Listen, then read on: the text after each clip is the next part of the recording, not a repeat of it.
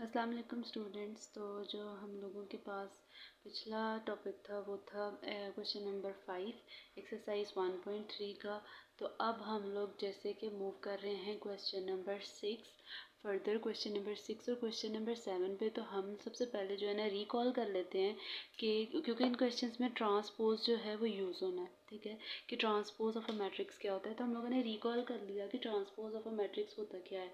तो वो कहता है a matrix is obtained by interchanging the rose into columns and columns into रोज, ठीक है।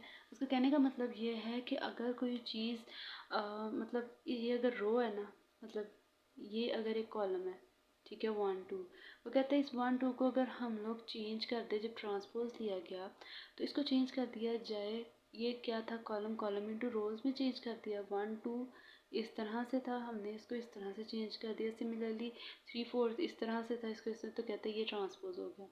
अब नेक्स्ट क्वेश्चन जो हमारे पास है वो है क्वेश्चन नंबर 6। क्वेश्चन नंबर 6 में वो क्या कहता है कि हमारे पास ए की वैल्यू दे दी है उसने। क्वेश्चन नंबर 6 का जो कहता है कि इफ़ ए हमारे पास क्या है 1 3 -2 4, ठीक है, ये टर्म है। और बी वो कह रहा है एंड बी टर्म क्या है हमारे पास, वो कह रहा है 0 -3 7 8, ठीक है। वो कहता है फाइंड करो, फाइंड कहता है करो। पहली वाला जो क्वेश्चन है उसमें वो कहता है कि फाइंड करो 3a -2b, ठीक है। तो सबसे पहले हम क्या करेंगे, ये जो हमारे पास 3 वैल्यू है उसको a के साथ मल्टीप्लाई कर देंगे, a वाली टर्म के साथ। सिमिलरली इसको b वाली टर्म के साथ, 2 को b वाली टर्म के साथ मल्टीप्लाई कर देंगे। तो अब हम क्वेश्चन सॉल्व करते हैं और देखते हैं कि क्या हमारे पास इसका जो सॉल्यूशन है वो है। ओके जी, जो हमारे पास अब क्वेश्चन नंबर 6 का पार्ट 1 है वो ये कहता है कि हमारे पास 3a है -2b है। तो क्या करेंगे, हमारे पास a की टर्म क्वेश्चन से दे दी हम लोगों ने। क्वेश्चन क्या है 1 3 और -2 4, -2 ये वाला क्वेश्चन में और साथ b की वैल्यू लिख दी। अब क्या होगा, सिंपली जब ये 3 इसके साथ मल्टीप्लाई होगा, 3 1s are 3, 3 3s are 9, 3 2s are 6, 3 4s are 12, -2 2 0s are 0, 2 3s are 6, minus ये देखिए ये माइनस ऐसे ही रहना है, ये 2 को मल्टीप्लाई सिंपल कर रहे हैं अंदर, माइनस बीच वाला साइन है उसको बीच में ही रहने देना है। फिर 3 को, फिर इस 2 को 7 टाइम्स क्या होता है 14, 2 8 टाइम क्या होता है 16। तो हमने क्या किया, अब नेक्स्ट हम क्या करेंगे, ये हमारे पास टर्म्स आ गई, इन दोनों को सब्ट्रैक्ट करो, करने के बाद हमारे पास जो आंसर आता है वो 3 15 -20 और -4। ये आंसर मैंने पीछे से टैली किए हैं तो इसमें कोई डाउट नहीं है, आप इसको सिंपली अपने नोटबुक पे ही उतार सकते हैं। अब नेक्स्ट जो क्वेश्चन नंबर 2 है क्वेश्चन नंबर 6 का पार्ट 2, तो ये क्या है, वो कहता है कि अब हमारे पास, जैसे मैंने रिकॉल कराया था कि ए का ट्रांसपोज किस तरीके के, मतलब किस तरीके से लिया जा सकता है, बी का मतलब ट्रांसपोज किस तरीके से लिया जा सकता है इन शॉर्ट। तो हम लोगों ने क्या किया, जिस तरह से हमारे पास ए टर्म ली, ठीक है, फिर उसको क्या करना है कि उसका ट्रांसपोज किसके इक्वल है, ये रो किस में चेंज हो गई, ये कॉलम किस में चेंज हो गया, रो में, और ये कॉलम किस में चेंज हो गया, ये भी रो में चेंज हो गया। सिमिलरली जब हम लोगों ने बी टर्म ली तो बी टर्म का भी क्या होगा, ये जो रो है वो कॉलम में चेंज हो जाएगा, कॉलम में कन्वर्ट हो जाएगा, और जो कॉलम है वो रो में कन्वर्ट हो जाएगा। अब हम लोगों ने ये बी का ट्रांसपोज लेके रखा हुआ है, ठीक है, सॉल्व कर लिया था मैंने, क्योंकि जब मैं सॉल्व करने बैठती हूँ तो वीडियो काफ़ी ज़्यादा लंबी हो जाती है। तो ये जो है क्वेश्चन सॉल्व फॉर्म में जो है उसको ऊपर से समझाती हूँ। तो क्या करेंगे, बी का अगर ट्रांसपोज लेना हो तो क्या करेंगे, बी ट्रांसपोज लेके वो रो कॉलम में चेंज कर देंगे और कॉलम रो में चेंज कर देंगे। अब नेक्स्ट हमारे पास क्वेश्चन में क्या था, 2a का ट्रांसपोज -3b का ट्रांसपोज।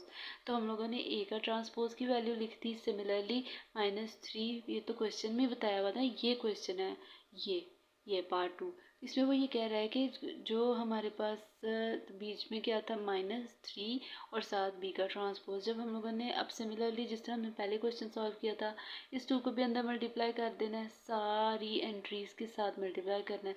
और लाइकवाइज 3 जो है इसको भी मल्टीप्लाई कर देना है ये इन सारी एंट्रीज़ के साथ। जब मल्टीप्लाई कर दिया तो करने के बाद हम लोगों ने इसको सिंप्लीफाई करना है। सिंप्लीफाई किस तरीके से किया जाएगा, वो ये कहता है कि ये जो फर्स्ट एंट्री है 2 माइनस इसकी फर्स्ट एंट्री 0 आ गया, ठीक है, तो ये फर्स्ट टर्म बन गई हमारे पास।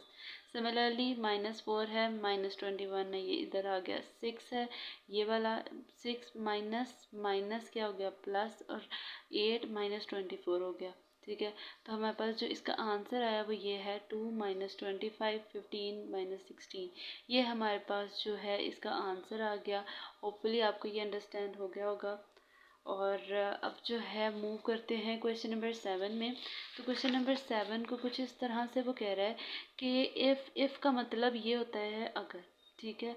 वो कहता है अगर हमारे पास ये वैल्यू दे दी हुई है उसने, तो कहता है फिर हम लोगों ने फाइंड करना है ए और बी, ठीक है। ये वाला इस तरीके से जो क्वेश्चन नंबर एक्सरसाइज 1.1 का लास्ट क्वेश्चन, क्वेश्चन नंबर 3 था आई गेस, तो वो भी सेम इसी पैटर्न पे सॉल्व हुआ था। तो अब हम लोग उसी पैटर्न को लेके चलेंगे। हम लोगों ने क्या करना है कि ये जो 2 है, ठीक है, इसको अंदर मल्टीप्लाई कर, पहले हम लोगों ने ये इक्वेशन एज इट इज़ लिख दी है, ठीक है। यहाँ मेरे से गलती से इक्वालिटी का साइन लग गया था, लेकिन इक्वालिटी का साइन इधर हर क्वेश्चन में लगाते हैं, लेकिन उस क्वेश्चन में नहीं लगाते। ये एक इम्पॉर्टेंट पॉइंट है समझने के लिए कि जो क्वेश्चंस में जिन क्वेश्चंस में इक्वालिटी आ जाए, जैसे यहाँ पे इक्वालिटी आ गया तो उसकी इक्वालिटी इधर नहीं लिखेंगे, ठीक है। मेरे से बाय मिस्टेक यहाँ पे इक्वालिटी लिख ली गई थी, तो उसको मैंने जो है वो सर्कल कर दिया है, उसको मैंने कवर किया है। लेकिन यह है कि जब किसी क्वेश्चन के बीच में इक्वालिटी का साइन आ गया तो फिर उसके इस तरफ या इस तरफ लिखा नहीं जाता, तो मैंने भी इसको नहीं लिखा। अब नेक्स्ट क्या किया, इस 2 को सिंपली इस वाली जो मैट्रिक्स है इसके साथ मल्टीप्लाई कर दिया, +3 को इसके साथ मल्टीप्लाई कर दिया, और ये वाली टर्म एज इट इज़ इधर लिख दी गई है, ठीक है। अब हम लोगों ने क्या किया, ये तो हमारे पास टर्म आ गई। अब वो कहता है कि हम लोगों ने बी फाइंड आउट करना है और ये फाइंड आउट करना है। तो हम क्या करेंगे, यहाँ पे अगर हम लोगों ने बी यहाँ पे है, ठीक है, तो इसको हम क्या करेंगे, जो फर्स्ट टर्म है उसकी भी ये वाली टर्म लेंगे। हम लोगों ने क्या करना है कि जैसे ये 8 है, ठीक है, हम लोगों को b की वैल्यू चाहिए। तो फर्स्ट ऑफ ऑल क्या देखेंगे, ये 8 है, सेकंड टर्म है 8 प्लस इसकी सेकंड टर्म इस मैट्रिक्स की 3b है, ठीक है, इज इक्वल टू इसकी सेकंड टर्म 10, ठीक है। ये हम लोगों ने कंपेयर करके इक्वेशन 1 का नाम दे दिया। सिमिलरली जब हम लोगों ने 2a देखना है, इसकी भी ये वाली फर्स्ट टर्म फर्स्ट एंट्री को छोड़ देना है, ये वाली एंट्री को लेना है, ठीक है। 2a प्लस 24 को स्किप कर देंगे क्योंकि हम ये वाली टर्म ले रहे हैं, तो इसकी भी यहाँ पे यही टर्म आएगी, ठीक है। तो 2a minus 12 is equal to 1, ठीक है। तो ये हमारे पास इक्वेशन 2 हो गई। हम लोगों ने 2 इक्वेशंस बना ली। अब हम क्या करेंगे, पहले टेकिंग कर लेते हैं। मैंने जो इसको सॉल्व किया वो ये है कि टेक इक्वेशन 1, पहले हमने इक्वेशन 1 ली, तो क्या करेंगे 8 plus 3b is equal to 10 था, तो क्या करेंगे 3b इधर ही रह जाएगा। अब कांस्टेंट वाली टर्म को हम कोशिश करते हैं दूसरी तरफ लेके जाने की। जब यहाँ पे ये +8 था जिसके साथ कुछ नहीं होता, उसके साथ हमेशा ये याद रखने वाला कि उसके साथ प्लस होता है, जिस प्लस जो है वो लिखा नहीं जाता। तो जब ये +8 दूसरी तरफ चला जाएगा, जैसे हम इसने कन्वर्ट होना है इधर, तो फिर ये +8 जब इक्वालिटी से दूसरी तरफ जाता है तो ये माइनस में कन्वर्ट हो जाता है, ठीक है।